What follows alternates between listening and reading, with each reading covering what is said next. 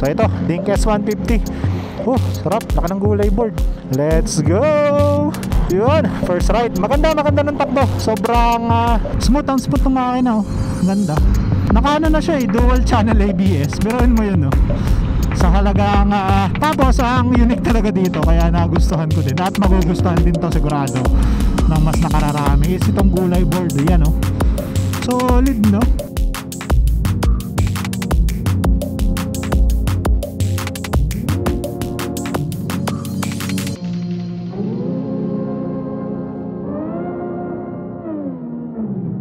On the way tayo dito sa Archway San Pablo. Release ng ating pinareserve mula pa nung Makina Moto Show. May 23 today. Ngayon palang mare-release. Napakatagal nang inantay natin. Pero okay lang. Sulit naman. Itong Archway dito, malapit na to sa Chaong. Yan, ito na yun X-Gen Plaza. Ito.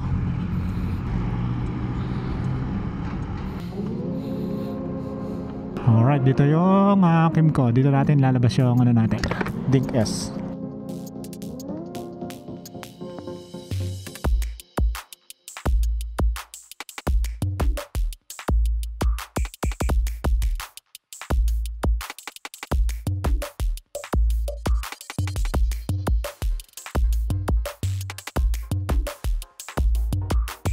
So, dalawa. Apo. Keyless, no? Yes, sir. Okay. Pag nalobat siya, sir, pwede nyo siyang itap dito para lang magbuhay. Itatap? Okay. So kahit lobat to, basta nakatap dito. Okay. Wala talaga siya nung susing. Wala. Okay. Tapos pag i-on niya, sir, pindot po muna dito. Saka siya, Tapos pag pabalik, sir, gawin po, 1. Ito naman, sir, pop ulit. Gas na. Gas na. Paano ang lock niya muna? Isa. Bago natin start. Sa dulo. Apo. Kailangan pindutin? Push, sir. Tapos pag papatayin nyo ulit, sir, dito lang po. Para hindi na magagalaw. Pero ayaw. Sige, sir. Babago pa lang. Sa ilaw, sir, may switch na rin siya ng headlight. Kailangan siyang i-switch. Yung headlight. Headlight. DRL lang talaga. DRL na magana. Ang headlight switch. Pakawila. Ganito. Nice. Tapos passing light. Passing light. High. Low. High. Hazard meron. High. Hazard yan, sir. Ito.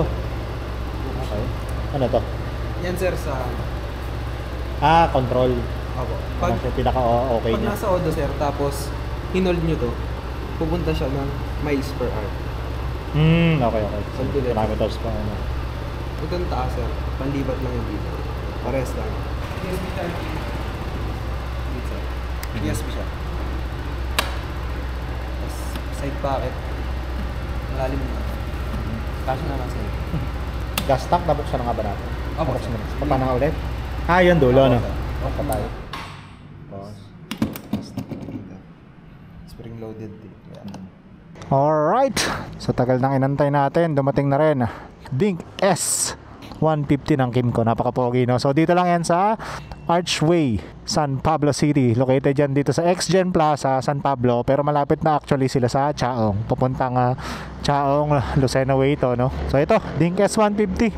Napaka-pogi, no? So ito yung 150 or yung sports version pala ng Dink R 150. Ang maganda lang dito, yan, no? Naka gulay board na, no? So try, biyahe muna natin. Ang ganda ng kulay, solid. Naka disc, dual disc brake sa likod, disc brake sa harap. So no, solid, no? Naka disc brake na rin sa likod.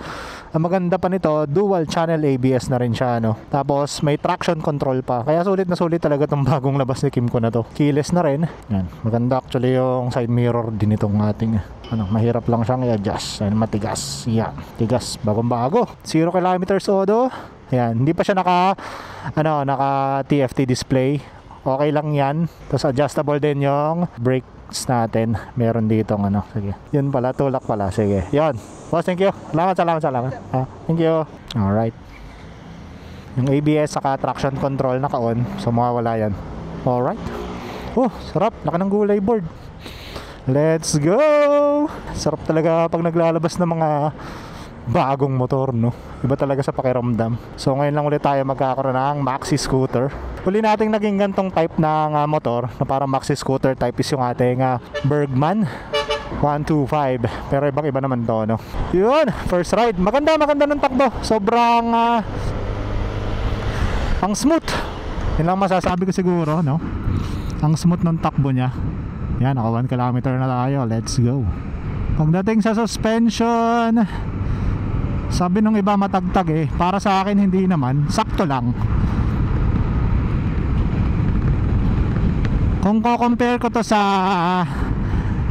NMAX or sa Aerox, yun, Aerox mas matagal natin nagamit, no? Tapos NMAX nakapagdala naman na tayo.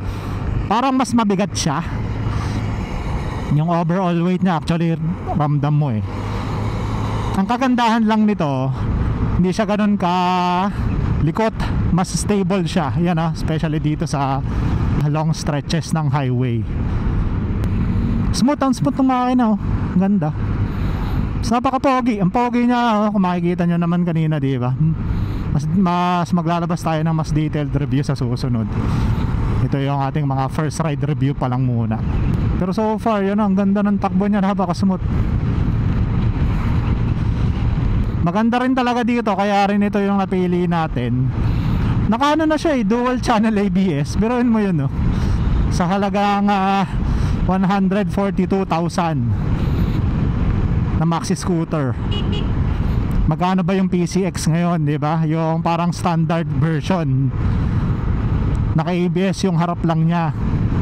Tapos meron naman na din traction control, no? Same nito, may traction control na rin to. Pero ito kasi dual channel ABS.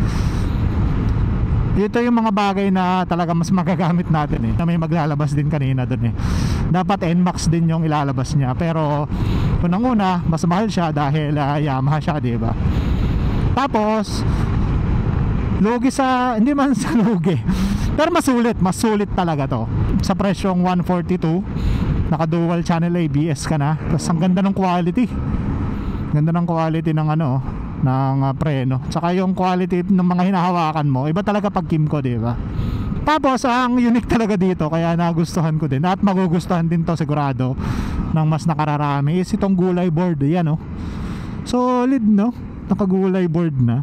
Yan. Karamihan kasi talaga ng nasa category na to is nakaano pa siya, hindi siya nakagulay board.